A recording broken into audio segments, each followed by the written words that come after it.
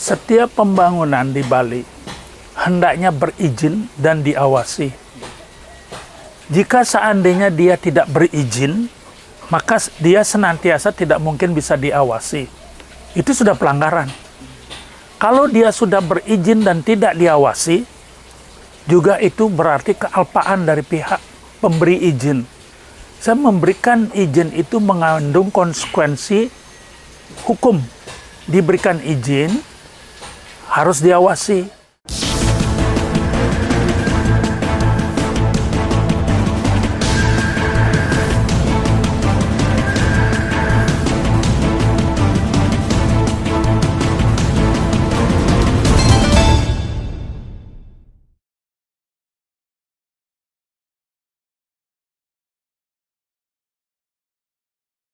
Pada dasarnya setiap usaha hendaknya mendapatkan izin usaha. Izin tersebut dikeluarkan oleh pemerintah daerah berdasarkan Rencana Tata Ruang Wilayah Nasional, kemudian Rencana Tata Ruang Wilayah Provinsi, dan selanjutnya Rencana Detail Tata Ruang Kabupaten Kota. Pada aturan RDTR inilah pemerintah memiliki peran sentral, yang menentukan boleh dan tidaknya seseorang maupun kelompok untuk membangun suatu kegiatan usaha.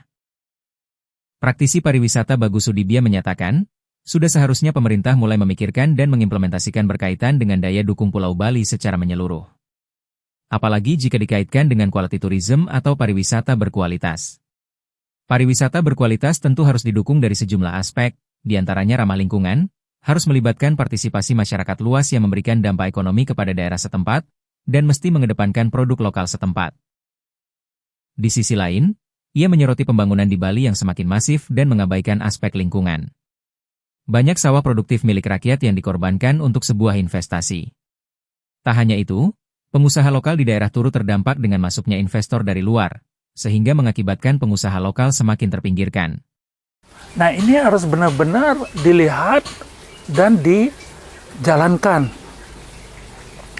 Jika seandainya pada akhirnya kemakmuran masyarakat Bali itu benar-benar dapat dinikmati oleh masyarakat Bali, terutama secara menyeluruh, peningkatan kualitas hidup serta sumber daya manusia Bali itu terangkat, itu adalah sukses suatu kepemimpinan. Kepemimpinan itu pada saat itu di daerah itu sukses. Karena kualitas sumber daya manusia baik dari segi kesehatan, kesejahteraan, pendidikan, moralitas, budaya, semua terangkat. Nah, inilah kalau menurut saya, kalau dijabarkan, keberhasilan pembangunan itu hendaknya seperti itu.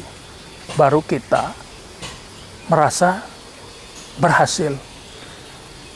Sebaliknya, jika tatkala kita merasa kita sukses dalam suatu periode pembangunan, namun pada waktu yang sama kita mengorbankan lingkungan, kita mengorbankan sawah-sawah produktif milik rakyat, kita meminggirkan potensi daripada pengusaha-pengusaha daerah setempat, kita memperbesar konglomerat yang sudah besar. Wah, saya khawatir, pendapat saya pribadi, bukan itu tujuan pemerataan pembangunan yang sebenarnya. Konglomerat yang sudah kaya itu cukup sudah sekian. Sekarang yang sangat miskin ini, biar terangkat dari kemiskinan. Bersama-sama, bergotong royong, kita membangun di Bali ini, oleh putra Bali, untuk Bali.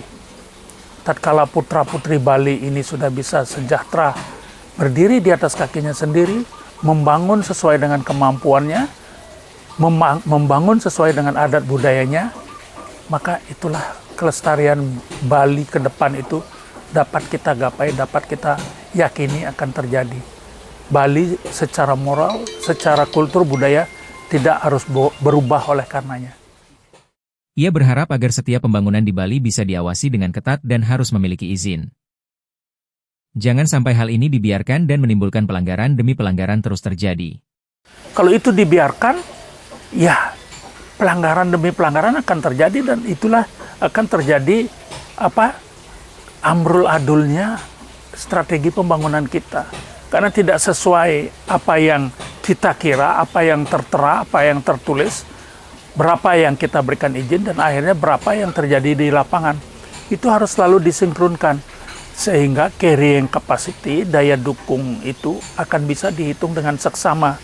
Kita selalu membilang, wisatawan banyak sekali datang ke Bali, tetapi kenapa kok hotel-hotel mengaku sepi?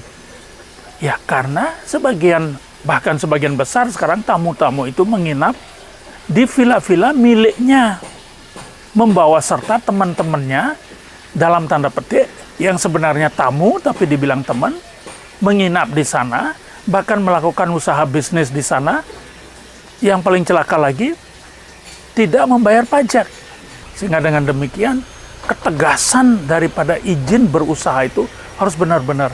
Karena menurut saya sekarang lagi, kalau OSS itu memungkinkan orang berinvestasi itu, katakanlah berapa sekarang, 100 miliar atau 10 miliar, itu sebenarnya penduduk lokal, pengusaha lokal itu bisa melakukan.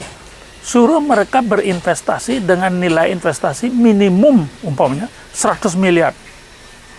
Atau kalau perlu bahkan 1 triliun. Dan di bidang-bidang apa saja yang kita tidak mampu mendanainya. Apakah itu infrastruktur dan sebagainya. Tapi jangan di bidang restoran, spa, transport kecil-kecilan, hotel 10 kamar, ikut merebut.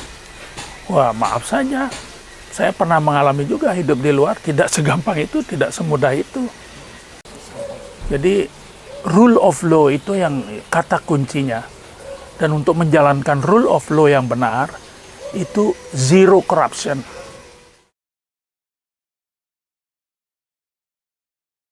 Tim Liputan melaporkan.